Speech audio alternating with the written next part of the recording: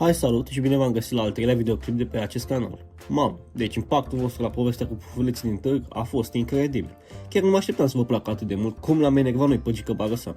Și vreau să-mi cer scuze, fiindcă am răcit, am vocea puțin diferită și această poveste va fi puțin mai diferită. O să-mi revin. Așa că, înainte să dăm drumul la noua peripeție, știți procedura. Rupeți butonul de like, dați un subscribe și activați clopoțelul, că ce urmează e depus în manuale de așa nu. Hai să dăm drumul. Totul a început sâmbătă trecută, pe la 6 dimineața, când Marius a început să bată în poartă de cei care au venit mascați la pericheziție.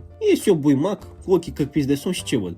În fața porții, rabla lui Emi, care scotea un fum mai negru ca data trecută, iar Marius era îmbrăcat într-o vestă cu 100 de buzunari. Nu știu ce se vedea vărul. Claude, mișcă-te, ne-am civilizat prea mult. Mergem în sălbăticii, unde aerul e curat și muntele e stăpân. Știu eu un loc, cascada zânelor. Nu e nimeni pe acolo, doar noi și natura. Poate și un animal doi. Marius, e 6 dimineața. Ultima dată când am fost cu tine în natură ne-au fugărit mistreții. Taci mă, că am luat eu un briceag nou, mergem să facem focul, mâncăm niște slănină friptă, fim bărbați adevărați. M-am urcat în spate, unde Gabi era deja cu pătura pe el, sfărăind între un rusac și o ladă frigorifică goală. Nu știu cum a reușit, dar a reușit. Băieți, eu nu știu dacă ajungem. Se aude un ticăi la motor, deci cam o bombă cu ceas sub capotă. E inima mașinii Emi, bate de emoții că vede muntele, dă-i bicei. Am mers vreo 2 ore pe niște drumuri forestiere, unde rabla lui Emi făcea ca toate alea. Într-un final, Marius ne-a pus să coborâm. Gata, de aici mergem pe jos. Cascada e la vreo 15 minute, am văzut-o pe o hartă veche. Luăm tot cu noi? Tot? Trebuie să fim pregătiți de orice. Am început noi urcarea.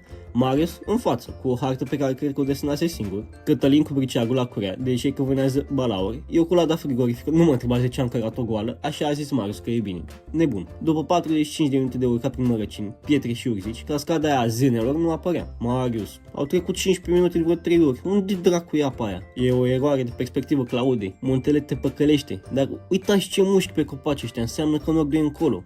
Sau încolo. Nu mai știu. Bă, Marius, nordul e unde zici busola, nu te scarpi în cap. Hai că mi-e foame, să facem focul aici. Ne-am oprit noi într-o păioniță care arăta destul de ok, deși se vedea că cerul începe să se întunece. Cătălin a zis că el se ocupă de foc. A scos 2 pietre și a început să le lovească una de alta, deși că e la atelierul de potcovit. Stați așa că am văzut pe net. Scânteia trebuie să cadă pe iasca asta. Cătăline, ai dat cu piatra aia în dege de 10 ori. Dă-mi bricheta aia de rezervă că l-a prind eu. Nu există așa ceva, suntem supraviețuitori. După încă jumătate de oră în care Cătălin a reușit doar să-și facă o bășică la deget, am cedat și am scos o brichetă ascunsă în buzunarul meu. Am făcut un foc mic.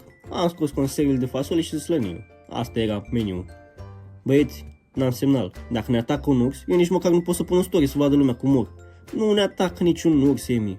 Urșii simt mirosul de oameni puternici și stau la distanță. Fix în secunda aia, din pădurea de deasupra noastră s-a auzit un foșnet. Bă, un foșnet greu, de crengi rupte, sub o greutate serioasă. Ne-am înghețat toți cu conservele în mână. Ați auzit? Ăla n-a fost arici. Liniște, poate e un cerb. S-a mai auzit odată. Nu era cerb. Era un sunet gros care îți vibra în piept. În momentul ăla, Marius a lăsat harta și a zis șoptit: băieți, eu zic că experimentul s-a încheiat. Retragere tactică. Tactică pe naiba. Fugiți, bă!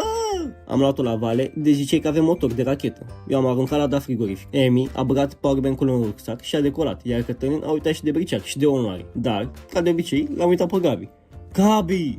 Scoală-te că te face ursul conservă. Am ajuns la mașină în 5 minute, drum pe care îl urcasem în 45. Emi a descuiat portierele, ne-am aruncat toți înăuntru și am încuiat tot. Rabla lui Emi se clătina de la cât de tare ne tremurau picioarele. Pornește, te rog, pornește. Dă Emi cheie, nimic. Mai dă o dată, motorul a pornit, dar a ieșit un nor de fum alb, de n-am mai văzut nici drumul, nici ursul, nici pădurea. Nu pleca, nu vedem nimic, stăm aici. Mașina e cetatea noastră. Cetatea ta miroase a ulei ars, Mariuse. Dacă ursul are miros fin, ne găsește după mirosul de motorină.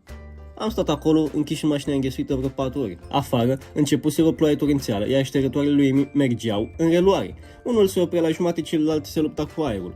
Geamurile s-au oborit instant de la respirația noastră. Bă, mie mi-e foame, conservele au rămas sus la foc? Taci, Gabi, mănâncă-ți unghiile, că ursul e afară și ne așteaptă să ieșim la desert. Fraților, priviți partea bună, suntem împreună, suntem în siguranță. Marius, dacă mai zici un cuvânt optimist, te scot afară să verifici dacă mai e ursul acolo. Până la urmă s-a făcut seară. N-am mai avut curaj să coborâm de mașină, nici să verificăm dacă mai avem roți. Am dormit toți 5 înghesuiți. Emi la volan, Marius în dreapta, iar eu, Cătălin și Gabi în spate, deși că suntem sardine în conservă. Gabi, bineînțeles, a dormit în 5 minute și ne-a sporit la urechi toată noaptea, în timp ce noi ne stresam la fiecare picătură de ploaie care cădea pe plafonul de tablă. Dimineața, când a ieșit soarele, am coborât cu teamă. Ursul, spre surprinderea noastră, nu mai era. Am plecat de acolo cu o lecție nouă învățată. Data viitoare, când Marius vrea să mergem la o cascadă, mergem la una care are parcare, magazin de suveniruri și de preferat un gard electric între noi și orice are blană. Deci, fraților, asta a fost experiența noastră la munte. Dacă v-a plăcut cum am dormit noi în cetatea de tablă a lui Amy, dați un like și scrieți-mi în comentarii care e cel mai ciudat loc în care ați dormit voi vreodată. Cam atât pentru azi. Aveți grijă la zânele din pădure și nu uitați, dacă foșnește ceva, nu stați să mă întrebați de sănătate. Vă salut! Pa!